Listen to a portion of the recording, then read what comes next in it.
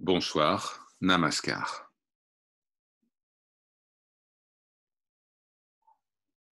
Sri Ananda Mahima.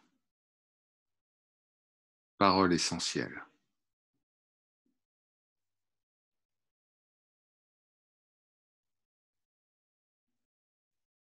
Lors d'une méditation authentique, la réalité est ressentie. Et lorsque nous sommes touchés par cette réalité, cela laisse une impression. Que se passe-t-il?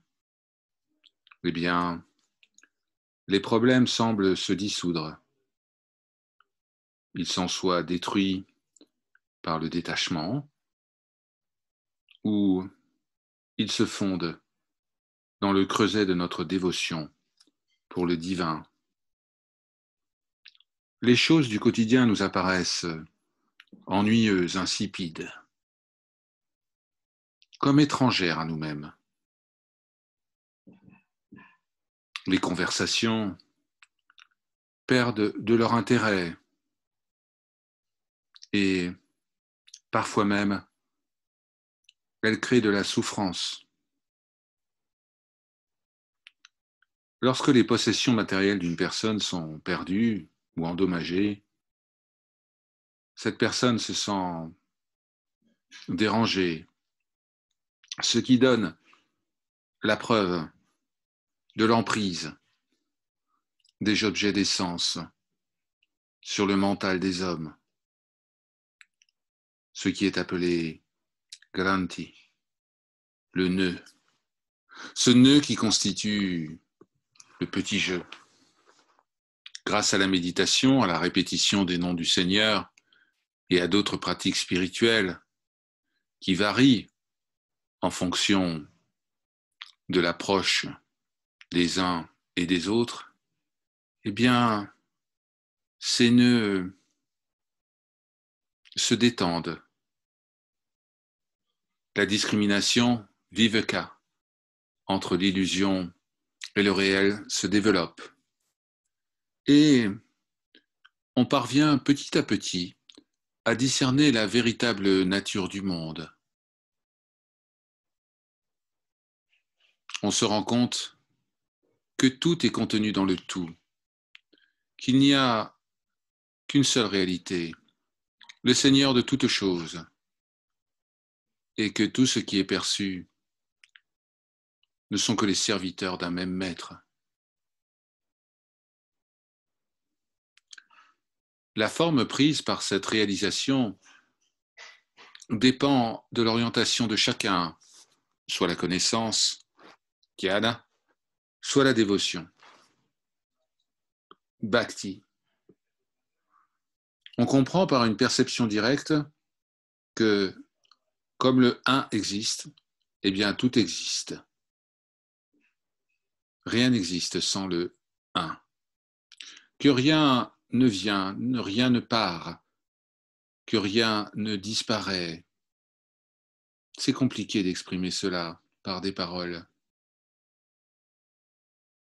Dans la mesure où on s'éloigne de plus en plus du monde des sensations, eh bien, on se rapproche de Dieu, qui, dans sa grâce, vous fait percevoir que ce que vous appelez le bonheur n'est pas le vrai bonheur. Parfois,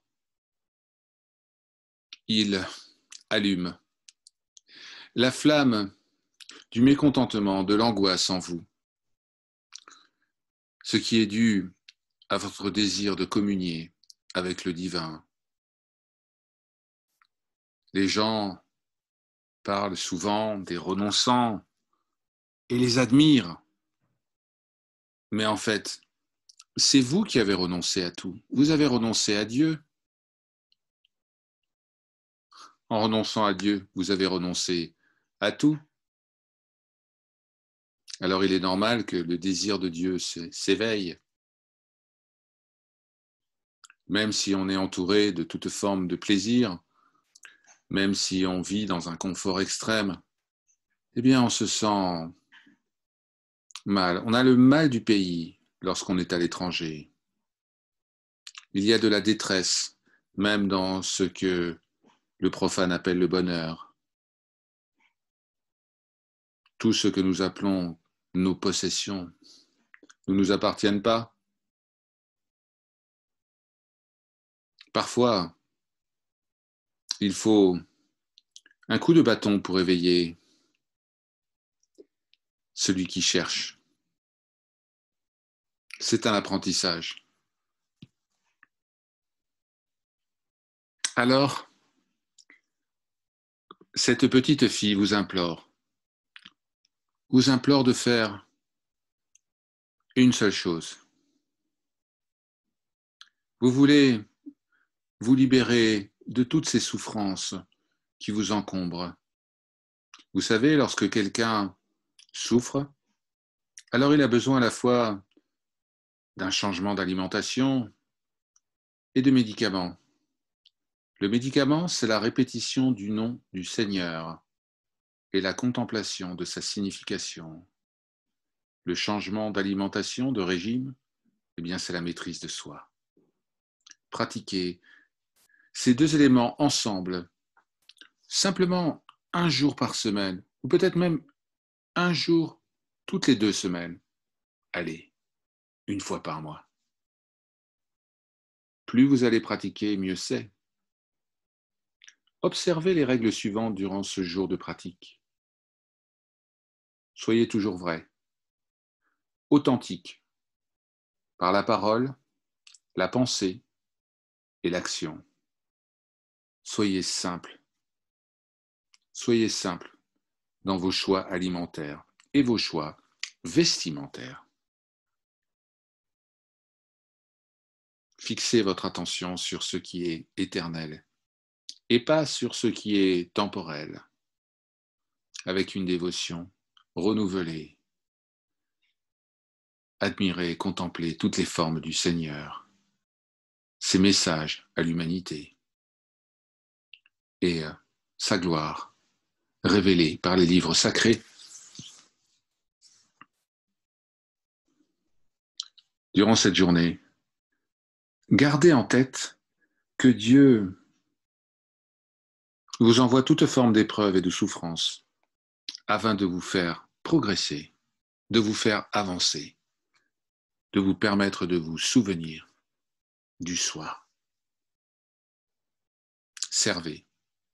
Servez les autres durant toute cette journée, que ce soit vos parents, vos enseignants, vos enfants, votre épouse, votre époux, vos voisins. Ils sont autant de représentations du soi. Servez-les comme si vous serviez le Seigneur. Renforcez cette conviction que vous résidez dans la vérité absolue, toujours. Et vous constaterez qu'en étant convaincu d'être la vérité, la conscience et la plénitude, eh bien, vous retrouverez le chemin de la maison. Enfin, souvenez-vous que les joies et les tourments de ce monde ne sont que des ombres flottantes de votre propre soi. Lorsque vous jouez et vous souriez aux forces divines, eh bien cela vous apporte une paix éternelle, un bonheur. Réjouissez-vous. Réjouissez-vous lorsque vous contemplez la beauté de toutes les formes du Seigneur, ses attributs, sa grâce, tout ce qui a été écrit à son sujet. Lorsque vous sentez que vous ne progressez pas spirituellement, dites-vous que vous êtes toujours responsable de cela. Renforcez votre détermination, votre persévérance et votre patience.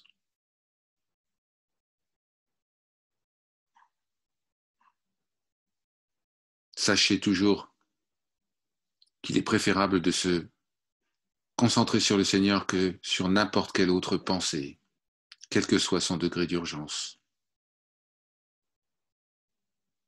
Souvenez-vous enfin Souvenez-vous que la répétition du nom du Seigneur a suffisamment de pouvoir pour faire disparaître tous vos péchés, comme s'ils existaient, ces péchés, que ce soit des péchés de cette vie ou les péchés de vos vies antérieures. Pratiquez l'amour, l'amour du Seigneur. Par leur grâce, Om, Shanti, Shanti, Shanti.